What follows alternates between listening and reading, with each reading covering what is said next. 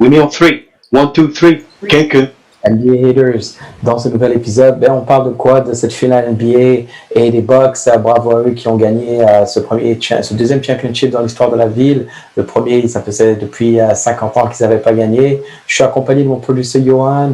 Vous allez voir un petit peu ses réactions face à cette victoire des Bucks. Je suis aussi avec Tatan, le LeBron fan. On parle de Giannis, bien entendu, il gagne ce chip. Qu'est-ce que ça représente pour lui de gagner cette bague? On fait un peu des comparaisons par rapport à d'autres grands joueurs de l'histoire et on voit un petit peu où est-ce que ça commence à le placer avec le palmarès qu'il a. On parle de Middleton, on parle de d'autres joueurs des Bucks. Bien entendu, on doit parler de l'adversaire et de Chris Paul. Une défaite terrible pour lui en finale et qu'est-ce que ça représente pour lui cette défaite et surtout qu'est-ce qui va arriver pour lui pour la suite. Et enfin, en tout épisode avec Tatan et Johan, on se penche un peu sur Damian Lillard qui voit Giannis gagner ce chip à Milwaukee. Est-ce que ça va peut-être influencer sa décision? On va voir ce que ça va donner. En tout cas, bon épisode. Tout ce dont vous avez besoin pour interagir avec nous s'affiche sur votre écran. Let's do it. Wow, la saison NBA qui s'achève. Les Milwaukee Bucks qui sont champions NBA. Giannis Antetokounmpo, Finals MVP. Une belle saison, une belle finale. Johan, je suis obligé de tout de suite aller sur toi. Alors vas-y, les Bucks qui sont champions, tu les vois porter ce trophée. Tu vois Giannis qui fait cette célébration. Qu'est-ce qui passe dans ta tête quand tu vois tout ça? Je suis content pour eux.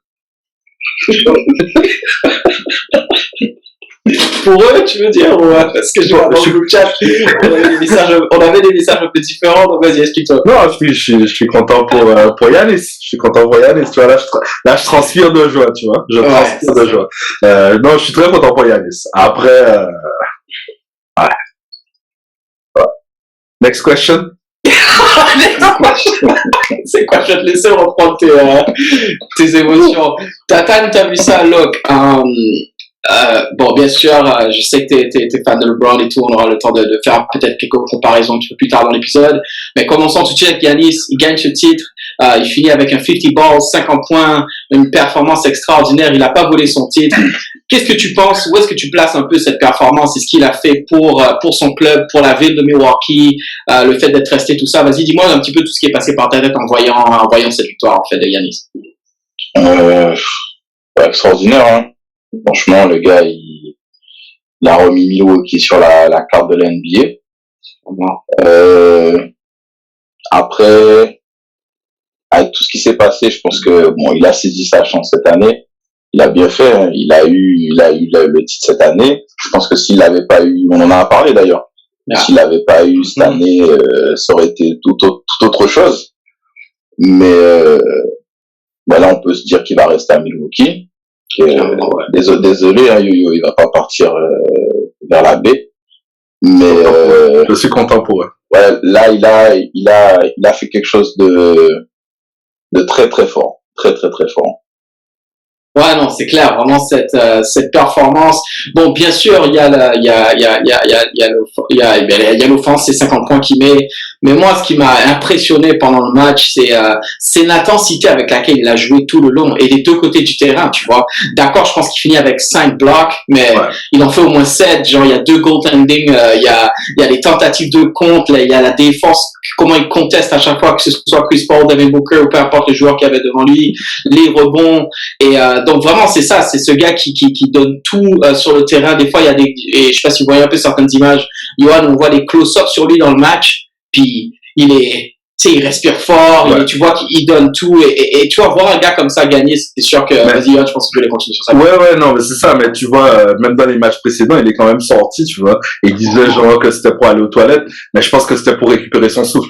Exact. Le truc de la pression. Grosse performance, tu vois, pour moi, c'est un joueur que j'ai toujours aimé parce qu'il progresse, tu vois, tout le temps.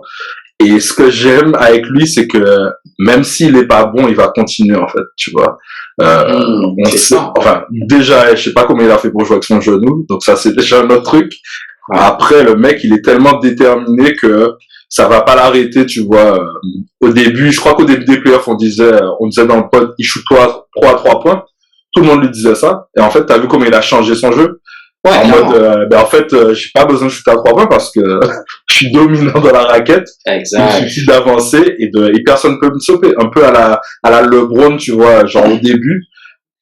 qui rentrait, qui est trop athlétique pour un peu tout le monde. Et en plus, c'est des gars qui ont une soft touch, tu vois, auprès du panier.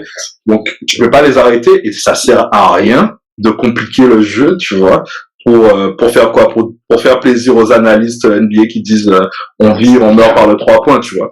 Genre, le mec, c'est clair. Et c'est juste hallucinant. Et franchement, pour répondre à la première question que tu m'as posée, tu vois que ce joueur, moi je pense qu'il est au niveau de LeBron parce qu'il a vraiment porté une équipe et porté un coach. Tu vois, il a vraiment fait, ce qu'il a fait, c'est incroyable. Sa performance est juste incroyable. Elle est juste incroyable. Genre les Milwaukee Bucks, quoi. Non, mais il faut en parler parce que, et tu l'as dit, quand tu dis porter une équipe, c'est vraiment pas un understatement. Il y a un moment dans le match où il a quasiment la moitié des points de l'équipe. Faut dire que, d'accord, Chris Middleton se réveille à la fin, Joe Holiday se réveille un peu à la fin, mais il faisait pas un bon match là. Donc pendant tout ce temps, la seule façon pour eux de rester dans le match, c'est Giannis qui continue, qui attaque et voilà, sans pour autant rentrer dans cette histoire de 3 points, mais rentrer dans la raquette, des petits shoots mid-range, il avait son petit fadeaway qui mettait là, sur un pied des fois, et juste garder son équipe dans le match, être agressif, tu vois, mettre cette intensité. Donc c'est sûr, ça a été impressionnant de le voir. Donc vraiment bravo à lui. Tatam, parle-moi un petit peu de Chris Middleton. Je sais que Johan l'a pas mal critiqué avec les années. Il appelait quoi, le joueur numéro 3, il me semble, ou quelque chose comme ça. C'est le joueur numéro 3, les gars. Oh my god, you gotta be kidding me. En tout cas, anyway. Vas-y. Moi, ce que j'aime bien sur ce duo-là, c'est que, les mecs sont là depuis le début, quoi. Ouais, c'est ils sont là depuis le début, ils ont grandi ensemble. Middleton, il s'en prend plein la tronche parce que, il est inconsistant. Il a des matchs où il passe à travers, il a des moments où il passe à travers. Même ce match-là, le match 6, là, on le voit pas tout le long. Mais comme on disait sur le groupe, quand il faut terminer le match, quand il reste 2 minutes, c'est à lui qu'on donne la balle, tu vois. Et c'est lui qui tue le match à un moment. Mais oui, mais c'est exactement. Et c'est sur une action où Giannis, il post-up, il est en tête de raquette, je crois, et il attend, en fait. Il attend qu'il l'action est appelée comme ça, en fait. Il attend que Chris prenne la balle, alors que Giannis était déjà à 50 points. Enfin, il était à 48, je crois, et il aurait pu se dire, vas-y, j'y vais, je suis chaud. En fait, l'action est appelée comme ça. Et il y a un équilibre entre les deux où t'as Chris qui est capable de shooter, parce que Giannis ne le fait pas, et Chris ne joue pas à l'intérieur, et Giannis a compris que, comme disait Yoann, en fait, qu'il faut qu'il arrête de jouer comme la NBA actuelle et qu'il fasse ce qu'il sache faire, tu vois. C'est clair. Et mais je me retrouve avec cet équilibre-là entre les deux et c'est parfait, en fait. C'est parfait. Ouais, ça donne un très bon tandem au final entre les deux. Et là, quand on commence à voir un petit peu le résumé de Giannis, il a 26 ans, il est quoi, champion NBA, MVP des finales, Defensive Player of the Year, MVP du All-Star Game, il a été plusieurs fois All-Star, il a été MVP. Enfin, deux fois MVP de la saison. Tout ça à 26 ans, tu commences à dire waouh, ce gars-là, il a encore une marge de progression un peu. Donc, Johan, qui j'ai toujours pas compris si officiellement il est revenu au box ou qu'est-ce qui se passe, mais du coup, comment tu penses à évoluer? Non, je suis pas revenu au box. Je me disais juste que dans mon contrat, je peux pas partager les détails de mon contrat, vraiment. Ok, d'accord. Donc ça disclose après. Voilà, disclose après. Mais non, franchement, non, sincèrement, je trouve que c'est bien. Je vais pas rentrer dans le truc des petits marchés, tu vois, parce que je pense que c'est un faux débat. Ouais. Ils vont devenir plus attractifs pour les free agents, ça c'est sûr. Pas pour le coaching. Donc ça c'est clair. Mais en fait, t'as envie de jouer avec un gars comme Giannis, en fait. T'as envie, c'est un joueur, t'as envie de jouer avec lui, tu vois.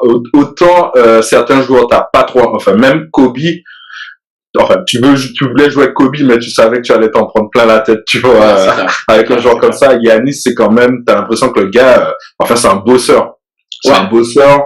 Je sais pas s'il travaille vraiment sur son image en dehors du terrain, mais genre il y a rien à reprocher à ce gars-là. T'as l'impression que c'est un gars qui est le plus authentique du monde, tu vois. C'est clair. Quand il reçoit sa cloche là pour Noël, pour les budgets à sa copine, jusqu'à appeler ses frères, tu vois, son frère qui gagne l'année dernière avec les Lakers. Non, tu vois, le gars, il est authentique, il s'en fout des règles, genre, mon frère est dans une équipe, je peux pas, tu vois, il est trop, enfin, voilà, c'est un des joueurs, franchement, c'est un des joueurs les plus impressionnants. Moi, je l'avais vu, je crois, au début, à Londres. Je crois que c'était contre les Nets. Donc, imagine voir un match Milwaukee Bucks Nets, tu vois. Et j'étais parti que pour lui et pour Kidd, tu vois. Et il était déjà super impressionnant. Mais là, en fait, je pense ils auront beaucoup de demandes de joueurs et que les joueurs qui vont venir. Ben oui. Parce que tu vois la façon, et je suis d'accord avec toi, parce que moi, je vois certaines actions, peut-être pas nécessairement dans ce match-là, mais je pense le match d'avant où tu vois qu'il fait confiance à ses coéquipiers, quoi. Il y a des fois, il va drive, il y a un double, il va faire un kick-out à Pat Connaughton pour un 3, puis tu vois que c'est pas grave, même s'il manque, il va lui refaire la passe, etc. Ouais. Donc non, vraiment un joueur pour qui t'as envie de jouer. T'as parlé du fait qu'il bosse. C'est pour ça que moi, j'ai hâte de voir pour la suite, hein. Tatan a dit tantôt, regarde, là, ils ont gagné le titre, mais ils ont gagné le titre qui était pour eux. Bon, you never know, on aura le temps d'en parler, je pense, un petit peu plus tard dans l'épisode, mais avec un joueur comme ça qui a une constante envie de s'améliorer et de travailler, pour moi, après, sky's the limit. Parce que de l'autre côté, d'accord, oui, il y a KD, il y a LeBron, il y a Harden, don't get me wrong. Mais les gars, ça vieillit, tu vois. Tandis qu'à Giannis, s'il continue à s'améliorer, mais il y a peut-être de bonnes choses dans les box pour Milwaukee pour la suite. On peut pas quand même parler de cette finale sans parler de l'adversaire, la personne qui a perdu, c'est Chris Paul, c'est les Phoenix Suns.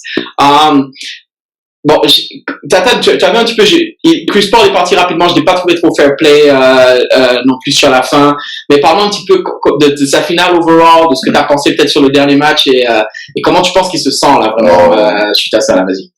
Je crois que toi et moi on était les seuls à kiffer en fait, à apprécier ce qu'il faisait là cette année, à être fier en fait de dire putain enfin il y arrive et il mérite, tu vois. C'est clair. T'étouffes pas Ivan, t'étouffes pas.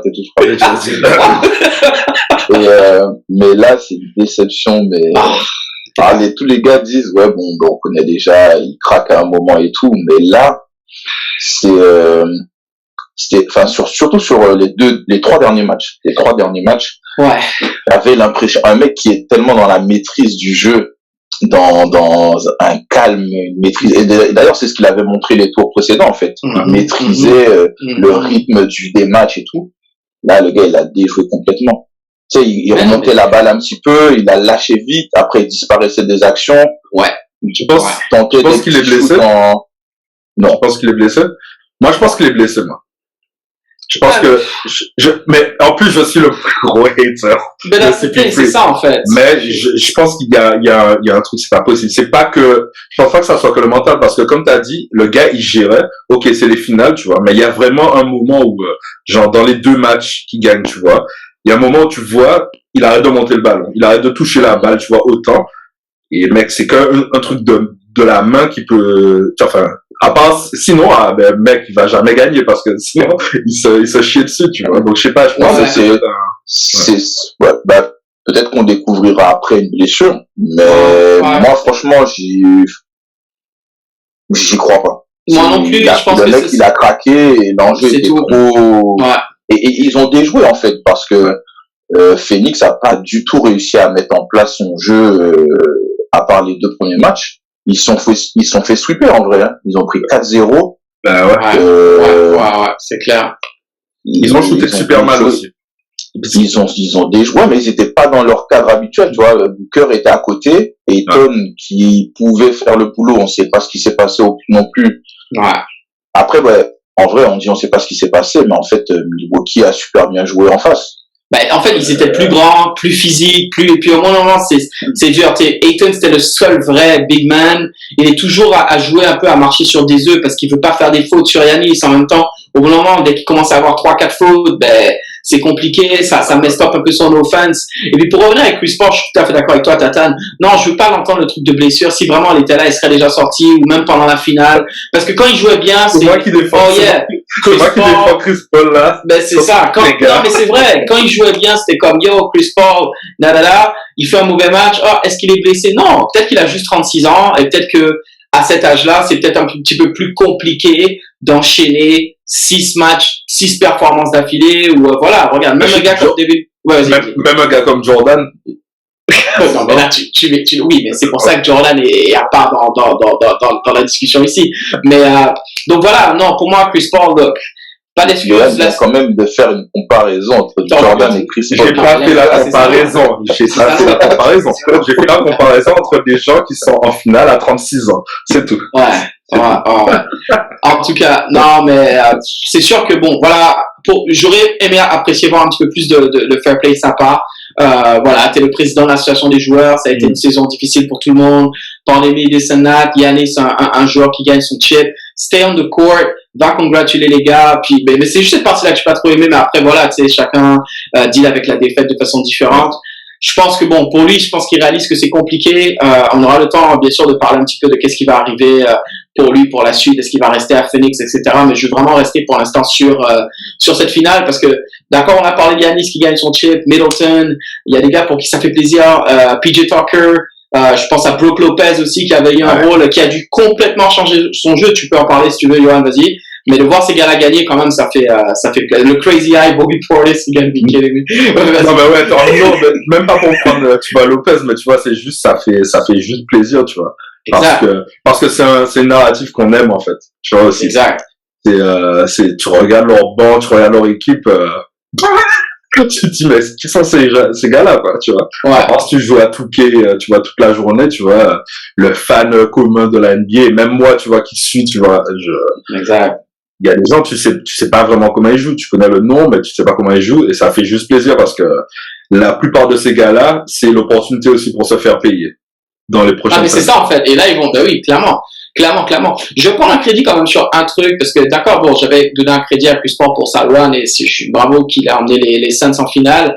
Il y a un move, et c'est le front office de Milwaukee, s'était fait critiquer parce qu'ils n'avaient pas réussi à avoir, je sais pas si vous vous rappelez de ce move, de pas avoir Bogdanovic, et finalement, il y a eu, ça a coincé, puis il s'en est allé du côté de Atlanta. Mais je vous avais quand même dit, je pense que vous vous rappelez de ça, que PJ Tucker et Jrue Holiday, ça pouvait être des additions qui pouvaient faire la différence. Et au final, moi, ce que je vois, c'est que quoi? Ils ont échangé un gars comme DJ Augustin contre PJ Tucker, qui lui jouait en finale NBA sur le terrain dans un match de close. Ils se sont débarrassés de Eric Bledsoe pour avoir Jrue Holiday, qui d'accord, il a été on and off avec son offense. Mais est-ce que quelqu'un peut me parler de la défense de Jrue Holiday sur cette finale, quoi? Vas-y, Tata. En vrai, les deux là, nous on les a critiqués pendant les playoffs. J'ai dit les gars, ils répondent pas présents, tout ça. Mais en fait, ils ont fait ce qu'ils avaient à faire. Il y a des séquences où Booker Tucker il défendait sur Booker, tu vois. Et il réussissait à le bloquer, à l'arrêter complètement, à le sortir de son truc. Et Booker, c'est pas Tucker, c'est pas un jeune homme, quoi. Non, c'est clair. C'est un bon vétéran qui porte ses baskets comme il faut. C'est bien exact. En plus. Exactement. Les deux gars, ils ont fait ce qu'on leur demandait, en fait. C'est vrai qu'à des moments, on s'attendait plus à voir Jrue Holiday sortir des matchs à 20 et 25 points. Mais en vérité, quand t'as Jack Giannis qui en met 40, Middleton qui en met 20, Brook Lopez qui va en mettre 10, 15, en fait, il suffit qu'ils en mettent 8, 10, et qu'ils fassent le reste, en fait, qui défendent, qui apportent de la rotation dans le jeu et tout, au final, ils ont fait leur taf, et comme il fallait. Ça te fait pas penser au move de Masai pour aller chercher Kawhi? Parce qu'en fait, tu as cité les joueurs, mais aussi ils ont lâché 2 first round. Right? 3. C'est 3 pour jouer. C'est 3. Donc, il y en a un, c'était RJ Hampton, et il y en a 2, tu vois, pour les prochains. Enfin, c'est quand même, c'est un beau coup de bluff, quand même. Non, mais clairement, et puis surtout, c'est bien que tu aies pris cet exemple de Marseille, parce que moi, là où je voulais emmener ça, c'était vous faire réaliser que chaque intersaison, il y a toujours, et je parle pas de l'été, là, je parle vraiment à la trade deadline, là, pendant la saison. Il y a toujours des gens qui se font buy-out, il y a toujours des gens, on va dire, ils vont rajouter lui. Mais c'est très, très rare, en fait, que ces additions payent. Des fois, il y a des joueurs qui sont rajoutés dans les équipes, mais en fait, en vrai, techniquement, quand tu arrives en playoff, soit ils sont pas dans la rotation, soit ils vont te donner très peu de minutes, etc. Les 2 dernières fois, on peut dire que vraiment ça a payé. Bien sûr, c'était Masai, parce que bon, là, en l'occurrence, il a pris une superstar, c'est Kawhi Leonard, là, c'est clair qu'il allait être starter. Mais d'avoir un GM qui arrive à prendre à tourner deux joueurs dont tu n'avais pas besoin ou que tu pouvais pas faire jouer. DJ Augustine là ou Eric Bledsoe, s'ils sont dans la finale là, je pense pas qu'ils peuvent jouer, ils peuvent pas être sur le terrain là. Tu vois ce que j'explique? Tu prends deux joueurs que techniquement tu peux pas, qui sont unplayable, et tu les remplaces par des mecs. Allez, PJ Tucker c'est correct, c'était en forme, donne-moi 35 minutes ce soir. Joe Holiday, je te donne les deux meilleurs assignments en défense, et je sais que de l'autre côté, si tu me donnes de l'offense, c'est un plus. Donc vraiment, il faut donner un crédit quand même à ce genre d'addition. Pourquoi je dis ça? C'est parce que des fois les front office, ils se concentrent trop sur peut-être des flashy names au lieu de penser en termes de fit. Tu vois, en termes de mon équipe, elle a besoin de quoi, en fait, tu vois. Donc, vas-y. Là, moi, je me dis, tu vois, en écoutant le récap que tu fais, c'est que ça, pour moi, ça conforte ce qu'on disait quand on disait que Giannis allait partir. Parce que là, le GM et le staff, ils ont joué carte sur table, ils ont fait tapis, ils ont dit, vas-y, tant pis, on va aller chercher deux mecs, voilà. on va se prendre un 5, 6, 7 joueurs solides pour y aller, et on va voir ce que ça donne. Ouais. Et, comme tu dis, hein, c'est un tour de force, en vrai, de balancer deux mecs comme ça. Ben, c'est ils ont balancé 3 first pick, ok, c'est pour l'avenir, mais c'est chaud, quand même. C'est chaud. C'est chaud. Oui, c'est très chaud, mais là, au final, une bague. Et tu t'assures de garder Giannis, tu vois. Donc là, c'est un tiers de ouf, mais ils ont gagné. Là, mais même, au top du top. Mais même si dans le cas, je pense que même dans le cas où ils perdaient, tu vois, je pense que c'est quand même le plus loin où ils sont allés. Je pense que ça garantit c'est Giannis. Par contre, Bud, non. Mais Giannis, oui. Tu vois. on va éviter Bud aujourd'hui. Ouais, tu vois, mais c'est ouf parce que c'est vrai que, tu vois, quand tu parlais des buyouts, j'ai essayé de me rappeler, tu vois, c'était qui les gros buyouts? Et t'as eu qui? T'as eu genre, Drummond, Ben, c'est ça que je vous dis, les gars. Regardez pas que cette année. Regardez même les années d'avant. Ouais. Il y a toujours des trucs au buyout. Oh, yo, lui, il va se faire buyout. Mais en vrai, mais non, c'est pas des bonnes additions. C'est des flash names qui fit pas dans une équipe. D'accord, tu les mets là, mais ça t'emmène pas au bout, en fait. Ça t'emmène rarement au bout. Les équipes doivent penser au fit. Autre chose aussi que je voulais ajouter, et pareil, je vais vous entendre réagir sur ça. On parle beaucoup de l'NBA, c'est l'offense, c'est l'offense, c'est l'offense. Mais nous, qu'est-ce qu'on a toujours entendu depuis qu'on est plus jeune et qu'on joue au basket? Defense wins championship. À la fin du jour, là, c'est une équipe. Milwaukee, ils m'ont impressionné en défense. Et là, je parle pas que de Jrue Holiday, mais je parle vraiment de l'unité. Quand t'es Devin Booker, regardez cette steal, le fameux steal de Jrue Holiday fait. Mais il y a qui le garde? Il y a PJ Tucker qui le gère. Quand il voit PJ Tucker, il voit que, oh my god, Giannis est en aide, tu vois. Et il voit même pas Jrue Holiday, parce que c'est ça, en fait. Et Noah was right. Noah was right. Le truc du dans mon team. Mais mon point, c'est que tu vas même, et ça, c'est 3 joueurs. Mais Middleton, même quand il était on and off, en attaque, en défense, il était correct. Middleton, c'est un bon two-way player.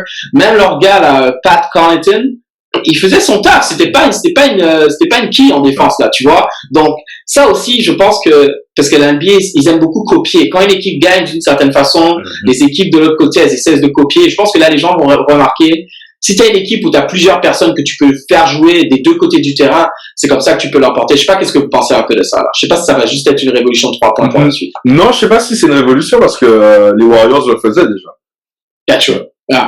Tu vois, mais comme tu as dit, c'est normal que les 3 points et tout ce qui est offensif vendent mieux que quelqu'un qui va amener quelqu'un sur les lignes pour qu'il sorte, pour qu'il perde la balle, pour gêner le tir, tu vois. Surtout les trucs qu'on ne voit pas en défense, tu vois. Pas les stats, tu vois, genre steal, rebond, contre, tu vois. Les trucs que tu vois pas en défense. De gêner le joueur. C'est ça, t'as parlé des Warriors, mais tu regardes les derniers championships. Warriors, super équipe défensive. Les Toronto Raptors, superbe équipe défensive. Regarde les Lakers de Tatum dans la bubble l'année dernière. D'accord, LeBron et Anthony Davis, bah, ils étaient en mode shutdown defense. Donc, c'est ça aussi, tu vois. Pourquoi je dis ça aussi? C'est parce que quand on parle de l'année prochaine, mettons, essayons de se projeter un peu. On va dire, ouais, ils ont gagné, ils ont eu la chance, mais l'année prochaine, il y aura Brooklyn Nets et KD et tout ça.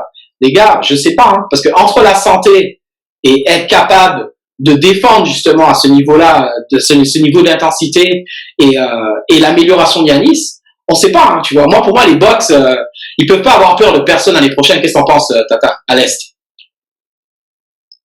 Enfin, moi, je reste sur l'idée que c'était leur opportunité, tu vois. Tu penses, ouais, ok. Ouais, je sais pas. Je pense que là, tout le monde les a vus. Yeah. Donc ils seront attendus, tu vois. Ils seront attendus. Okay. Et là, Giannis, pour progresser, il a progressé sur tout, en vrai, jusqu'à présent. Là, il a même mis, il fait quoi? Il fait 17 sur 19. C'est malade. Le mec, ok. Là, maintenant, ce qui lui manque, c'est un shoot un peu plus décent pour progresser. Il lui manque que ça.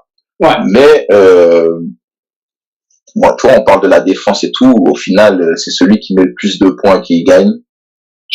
Si les Nets ont la santé, on pourra rien faire contre eux. Parce que c'est ce que tu penses, tu restes, c'est ça, d'accord. Tu peux mettre une défense de ouf. Tu peux mettre la défense la plus ouf qu'il y a. En face, t'as 3 des meilleurs attaquants de l'histoire, en vrai.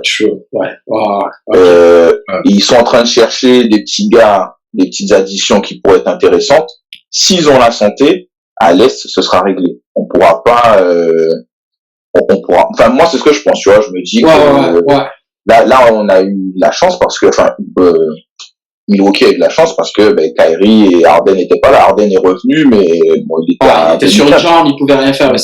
Et ça passe à pas grand chose. Hein, qui dit s'il fait du 35, la série elle est pas la même, tu vois. J'avoue. Moi je dis que là ils ont saisi leur chance. C'était très bien pour eux, ils l'ont fait comme il fallait. Et je me dis aussi que l'année prochaine, la concurrence à l'Ouest ne sera pas la même. Ah non mais ça c'est clair. Oui, vas-y avec ça parce que justement. Tu dis ça par rapport à Phoenix que eux aussi c'était une opportunité parce qu'on n'est pas sûr de les voir. Phoenix a eu enfin tu vois, après c'est le jeu. Chaque année les équipes ont des blessés, etc. Mais là Phoenix arrive en finale, ils ont joué contre des équipes un peu diminuées à chaque fois. Même si ça retire rien à leur mérite, hein. Mais les Lakers, il y avait Eddie et LeBron à moitié. Ils jouent après contre Denver, il y avait pas Jamal Murray. Ils jouent qui après? C'était quoi la finale de conf? Les Clippers, mais Kawhi se blesse. Les Clippers, c'est Kawhi, il est pas là. Même si ça reste les Clippers, mais il y avait pas Kawhi. Et ils ont quand même eu besoin c'était quoi? C'était Game 7? 6 à LA. 6 matchs. Ils vont mais il y avait pas Kawhi sur les 2 derniers matchs, tu vois. Moi, je dis l'année prochaine, l'Ouest, là, Phoenix, ils ont eu une très belle opportunité, mais ils seront pas là l'année prochaine. C'est ça, en fait. Et Giannis, aussi extraordinaire là qu'ils aient été, tous les Milwaukee Bucks, tu prends Golden State, parce que Golden State, on sait qu'ils vont aller chercher quelqu'un là. T'as Klay Thompson qui revient. Ils vont trouver un gars en plus. T'as Steph Curry qui est Steph Curry. T'as les Lakers qui a priori, en espérant que Eddie tienne niveau santé et qui peut-être prennent quelqu'un d'autre. T'as qui? T'as Utah, c'est des équipes qui fatiguent, c'est ça. Elles sont là, ça fatigue en dehors, c'est pas facile.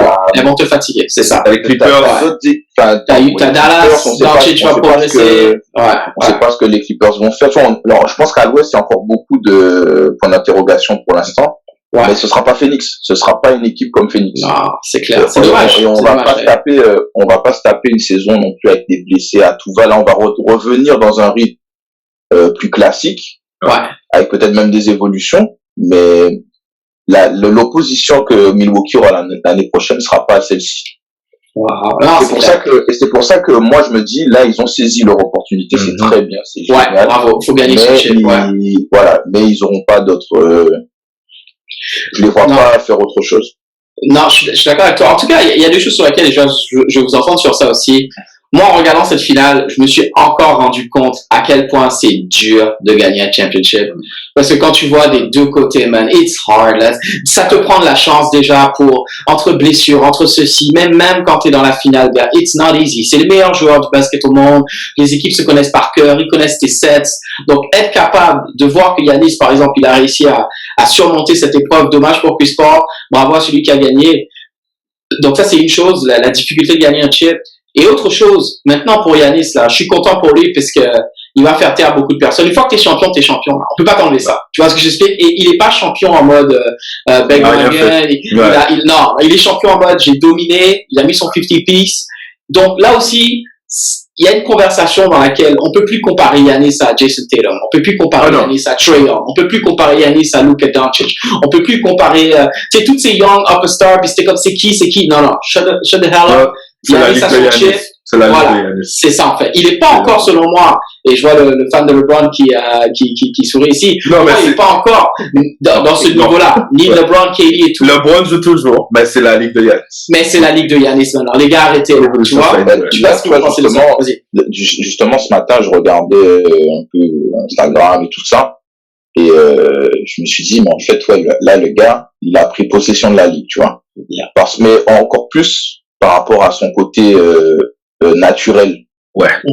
Côté naturel, tout ce qu'il y a eu après le titre, on le voit aller commander 50 pièces de poulet, je sais pas quoi. C'est clair. Le gars, là, il devient encore plus le visage de la ligue. LeBron va partir dans 2 ans maximum. Ouais. Et là, c'est bon, on a trouvé à qui, il y a Curry qui est encore là, mais Curry, pareil, il a 31 ans. Ouais, 33. Ouais, un peu. Donc, là, on a le visage on va dire, on a le fer de lance de la nouvelle génération, tu vois. Parce que c'est un truc de fou de se dire que Giannis, il a 26 ans. Ouais. Le mec, il a 26 ans. En fait, il peut arrêter de jouer au basket aujourd'hui. Il a déjà gagné plus que, c'est ça. beaucoup de stars, que 90% des joueurs, mais clair. Il s'arrête de jouer maintenant, il est au Hall of Fame, hein. Il est Hall of Fame. C'est sûr. Mais déjà, il l'était, mais là, après sa victoire d'hier soir, le mec, là, il a mis, faites une statue à Athènes. Ah, clairement. Le mec, c'est un dieu grec, tu vois. Ça y est. Et parlons un peu moi j'ai vu j'avais vu un tweet passer et j'avais pas réalisé en fait, mais il disait que vous savez que cette vague, on avait fait d'ailleurs un épisode un petit peu sur ces joueurs étrangers qui arrivent, cette vague internationale dans l'NBA, mais genre il disait quoi, le MVP des finals des Grecs, le MVP de la ligue est serbe, le défenseur de Player of the Year is French, et j'oubliais c'était quoi le truc là, mais bravo la ligue. C'est quelque chose aussi, on assiste à un changement dans la NBA. Et le meilleur prospect, il disait le meilleur prospect de la NBA en parlant de Luka Doncic est slovène, en fait. C'était ça le truc complet. Donc, qu'est-ce qu'il disait pour remercier? Faut remercier Stern, en fait. Ah, big time. David Stern. C'est ça. Devenir international, tu vas vendre le produit à l'international, mec, ça a changé et les mecs, ils arrivent prêts, en fait.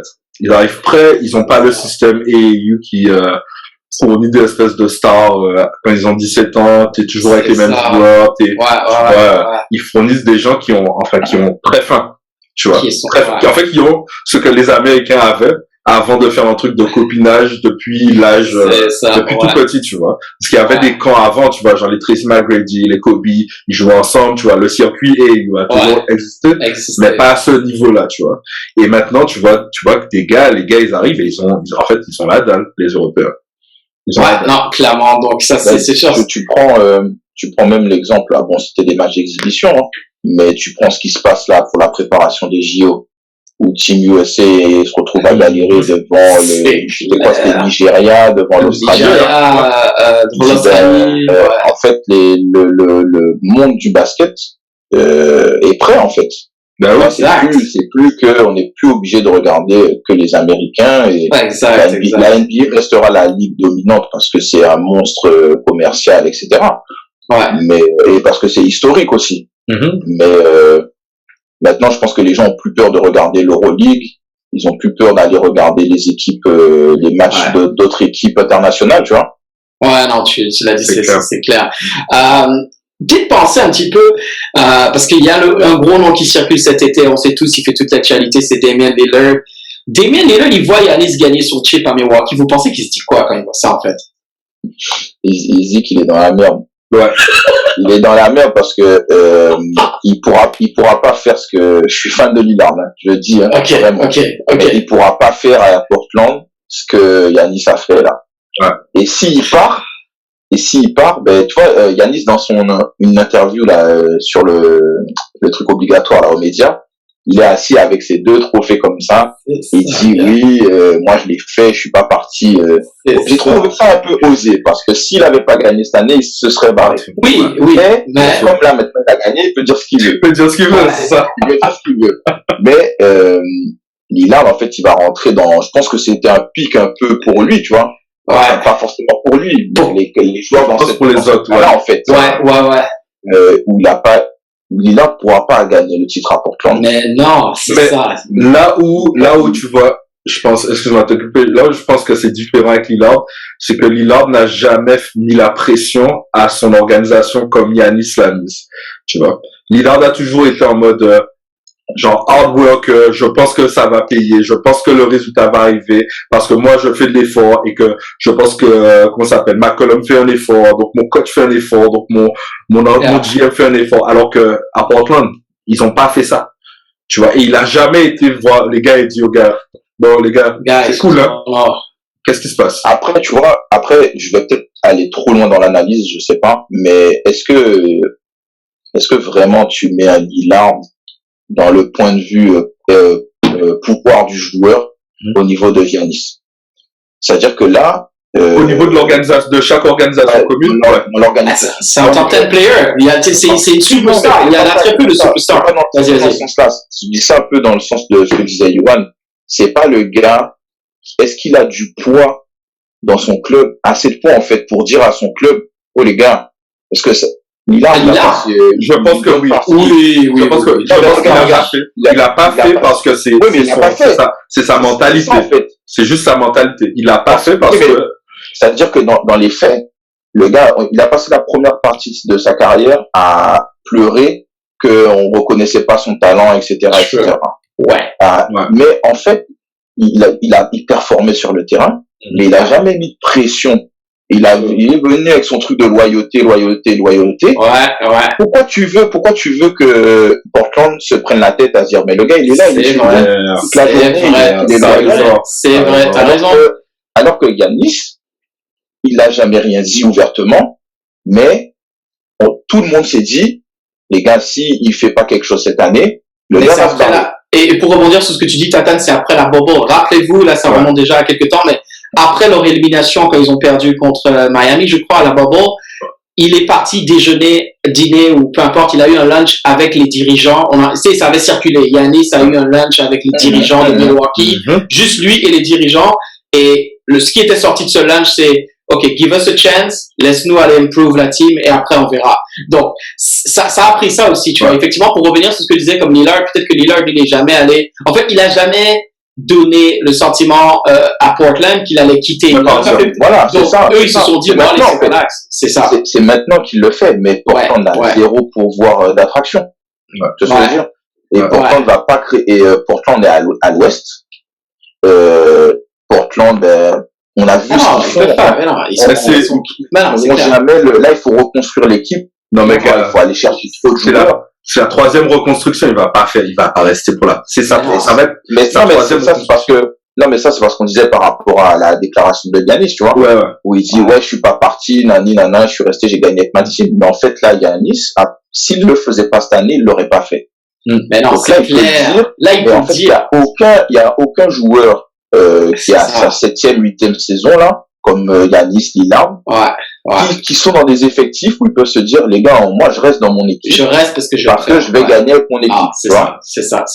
C'est clair. Mais après, et pourquoi je vous emmenais aussi sur ce point, c'est que j'ai vu des graphiques où ils disaient, regarde, qu'est-ce que tu préfères avoir? La seule bague de Dirk à Dallas, la seule bague de Giannis qu'il a gagné à Milwaukee, ou les 2 bagues de KD à Golden State, mais en même temps, en vrai, tout le monde est pas, yeah, bro, you know what I mean?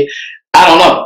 Après, je pense que Lillard, justement, peut-être qu'il est dans ce questionnement en train de se dire, look, I don't care. Mais en fait, gagner, man, tu vois. En fait, le truc, c'est que tu peux pas faire tes décisions par rapport à ce que les gens vont dire. Et ça va de la NBA jusqu'à peu importe qui prend des décisions, tu vois. Genre, c'est clair.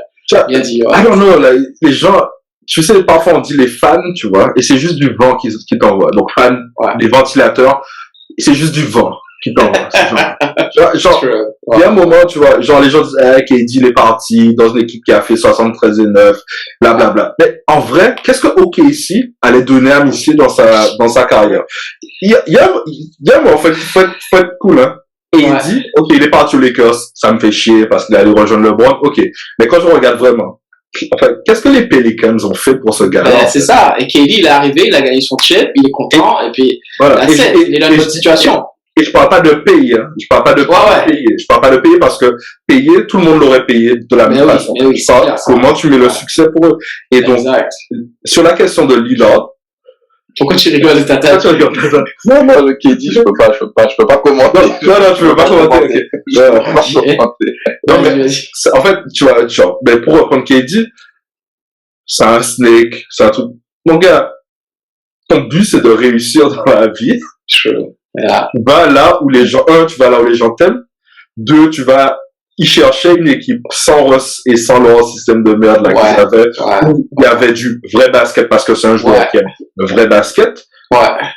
Il va à Golden State peut le payer. Il va à Golden State. Il s'éclate. Il se rend compte qu'au final, c'est pas ça qu'il cherchait. On sait toujours pas ce qu'il cherche, en fait, mais bon. Donc, tu vois, et je sais pas, mec, Lillard, je sais pas, va aux Lakers, fais pas un Gary Payton, tout ce que je veux. Ouais. Non, Gary Payton, c'est un mauvais exemple parce que j'adore Gary Payton et il a gagné à Miami, c'est pas grave. Oui, mais il était enfin, mais je vois ce que tu veux dire par là, c'est-à-dire, Lillard, t'es encore dans ton prime, va dans une équipe où tu peux gagner, et on veut le voir en finale. Imagine, on est en finale, là, et on voit Lillard en train de nous faire ce qu'il nous a fait au match de Denver, là, au second round. S'il nous fait ça en finale NBA, ben, la planète explose, mon frère, on est comme Non, mais ça, après, c'est ça qu'on veut voir, là. Ça, c'est aussi enfin bon, vous me direz, comme je suis fan de LeBron, c'est un peu normal que je défende ce principe-là. Je me demandais quand est-ce que ça allait arriver, mais c'est bien. Là, moi, je m'en fous, en fait, de ce truc de loyauté et tout ça. Les mecs, c'est des joueurs professionnels. Ça n'existe pas la loyauté. Gagner. Exactement. Leur but, c'est de gagner. On est les premiers à tailler quand des organisations se mettent en avant aux dépens des joueurs. On va sans cesse reprendre l'exemple de Haïti à Boston, etc., etc. Les mecs, ils font ce qu'ils veulent, parce que de toute façon, à la fin de la journée, c'est eux qui vont dormir avec leur oseille et leur bague. Ouais, c'est clair. C'est sûr qu'effectivement, c'est bien, c'est beau de gagner dans son club d'origine. Ouais. Mais au final, la NBA, c'est un business. Ouais. L'équipe qui te sélectionne va pas forcément te donner ce que tu veux pour gagner. Parce que tu la choisis pas. Déjà de base, tu vas dans une équipe, c'est eux qui te choisissent. Ouais, c'est clair. Et après, tu fais ta carrière. Si tu tombes sur une équipe, une grande institution comme les Lakers, tout ça, avec Kobe qui vont te donner ce qu'il faut. Ouais. Des mecs comme Dirk Nowitzki, ça n'existe pas. On sait pas si Tim Duncan serait resté aux Spurs s'il n'avait pas gagné. Le dernier c'est Curry, puis ils sont en train de dire que ça va pas mal être la dernière personne qui va faire ça, là. Tu vois, parce que, pourquoi? ça. Parce que le mec est dans une organisation qui a déjà gagné. C'est ça. Là, le gars, il a gagné, il s'en fout, en fait. Il n'a pas forcément, c'est clair. S'il peut en prendre plus, tu vois, s'il peut en prendre plus, il va en prendre plus. Mais le mec, il est à l'aise, il a ses sous, il est patron dans son système. Là, il joue la compétition, tu vois. Combien de mecs peuvent dire ça dans l'histoire, en vérité? C'est ça. On a pris l'exemple de KD. LeBron, il s'est barré parce que Dan Gilbert, il a rien fait. La même chose. Même chose. Là, Yannis se retrouve à mettre la pression parce que il faisait pas les ajustements qu'il fallait. C'est un cycle. Kobe a fait des demandes de trade. Il a fallu partir aussi, c'est clair. Grosse demande de trade. Tous les joueurs ont mis la pression. Si une organisation Duncan aussi, Orlando. Il y a eu, ça a toujours été ça. Les gens sont dans ce monde rêvé de il faut gagner avec ta seule équipe. C'est fini, ça. Et attends, et je veux même rajouter, c'est super ce que tu dis, Tatane, et je veux même rajouter un truc, parce que tout à l'heure, vous avez dit, Yannis va rester à Milwaukee et tout, maintenant qu'il a gagné. Mais même là, c'est pas sûr. Parce qu'en vrai, ça dépend de combien de chips il veut. Parce que s'il se dit, je veux juste un championship, j'ai gagné mon championship que je devais gagner, maintenant je vais chiller ma carrière à Milwaukee en faisant mon supermax, en faisant mes thunes, ok. Mais si Yannis a faim, là, si Yannis dans sa tête, il se dit, oh, moi je veux au moins 4 chips comme LeBron, ou je veux au moins 5 chips comme Kobe, il y a un moment donné, il va se dire, bon, il lui reste 2 ans, là. Oui, mais ça, on a vu que ça veut rien dire, parce que regarde, Lillard, il lui reste 4 ans de contrat. Le mec, mais lui, il vient d'être champion. Là, je vais te dire, il peut aller au bout. Ah, c'est ça. Il a maintenant, il n'a plus la pression de partir. Il a gagné son titre. Il peut essayer encore 1 an, 2 ans d'aller au bout avec son équipe. Et demain, il partira, on lui dira rien, en fait. Parce que, c'est ça. Imagine, comme tu dis, en plus, les grosses organisations, parce que même ce truc de petit marché, gros marché, qu'est-ce qu'il dit pas que dans 3 ans, LeBron est peut-être plus aux Lakers, puis hey Yannis, allez, c'était bien Milwaukee, mais viens chiller à LA un peu, relax, on va te mettre bien, tu vas gagner des chips parce qu'on aura tel ou tel joueur. Tu sais, là, au contraire, de la même façon que quand LeBron a gagné son chip à Cleveland, c'était comme, ben, I'm out. Thank you. De la même façon que Giannis, maintenant, il peut partir de Milwaukee, mais l'esprit tranquille. Il y aura sa statue devant le Pfizer Forum, là, et puis il est tranquille. Hein. Non, franchement, qu'est-ce que vous pensez de ça, les gars? Ouais, non, mais c'est ça. Ouais, moi, je pense qu'il est cool. Pour moi, je dis, il peut aller au bout du contrat qu'il a maintenant. Tu dis, ouais, c'est ça. Et après, il fait ce qu'il veut. Tu vois, même s'il veut signer à la J'essaie de voir son... Let's go! Attends, mais cette année, Giannis, c'est le 38e contrat de la NBA, mec. Crazy. Et ouais, là, je vois que c'est jusqu'à 2000. Ouais, il peut chiller. Attends, il aura quoi? Quel âge, là? Il aura 30 ans. Il n'aura même pas 30 ans. Ouais, il sera plus jeune que Lillard maintenant, tu vois. Donc, il a 30 ans. Mec, il a encore, tu vois, il peut tranquillement faire ces 2 années là à Milwaukee et après il fera ce qu'il veut. Le gars, il est ça, chill. en fait. Non, Il va chill. chiller, là. Chill. Yeah. Ben ouais, c'est un bon, franchement, c'est un très bon résultat. Après, tu vois, ça montre juste que il n'y a pas de petits ou de grands marchés, il y a juste des bonnes organisations. Exactement. Parce que on peut dire ce qu'on veut, tu vois, les Spurs, c'est un petit marché, hein. Ouais. Oui, c'est un petit marché. Non, il y a même pas de discussion à avoir. C'est un petit marché, tu vois. Ouais. Et c'est quand même des équipes qui gagnent le plus, tu vois, dans les 20 dernières années. Bon, les Lakers, c'est le gros marché, tu vois. T'as eu des petits trucs genre Détroit, tu vois. T'as eu qui d'autre, c'est un peu. T'as New York qui a un gros marché et qui fait rien depuis. Tu vois. Ouais, c'est ça. C'est juste que t'as toujours le truc où en fait, même si on prend nous, tu vois, tu te dis, look, tu peux aller vivre à LA ou aller vivre à San Antonio, tu vois. Et on te dit, ben, à LA, voilà, t'as LA et tout ça. Et à San Antonio, on te dit, mais gars, on te donne une voiture, on te paye ta maison, tu vois. Ouais. Parfois, tu vas toujours vouloir aller vers LA, tu vois, alors que t'es pas sûr, tu vois. C'est ça. Tu vois. Non, c'est vrai. Et il faut voir ça comme ça, c'est les grands marchés, ouais, ça a plus d'argent, plus d'opportunités, etc. Mais pour gagner, mec, c'est pas, c'est l'organisation, hein. C'est vraiment l'organisation, tu vois. Et les Lakers, tu vois, depuis les années 80, ils ont la même organisation, tu vois, c'est la même famille qui gère. Ouais. Quand les gens de la famille sont pas très nets, on les met dehors. Jenny Buss. Et tu vois, et je pense que les Milwaukee, peut-être qu'ils ont prouvé ça. Que c'est une organisation, que le GM, tu vois, il a bien fait des choix. Donc, ouais, bravo. Ok, non, mais c'est bien dit, on va finir sur ça. Je sais pas si vous voulez dire pour la fin. Il y a Tatane, peut-être 2 mots sur la révélation des finales NBA, Malika Andrews, la reporter de ESPN. Non, je rigole. Elle a perdu son taf aussi. C'est question d'opportunité, hein. Faut saisir ses opportunités. Je pense que, voilà. C'est le mot du podcast. Saisir l'opportunité. C'est le titre. Ouais, mais clairement. Là, c'est, bravo Milwaukee, Chris Paul, tant pis pour toi, frérot. C'est ça. Parfait. Ok, on va finir sur ça. Bravo Giannis, bravo les Bucks. Et Yoann, tu nous diras au prochain épisode finalement quelle est ta. On va pas, pour l'instant c'est ça. On peut rien disclose. Non, moi je vu ta situation. Ne vous inquiétez pas, ça. On donne encore un épisode. Allez, merci encore guys, et puis on se retrouve une autre fois. Ok, take care. À plus.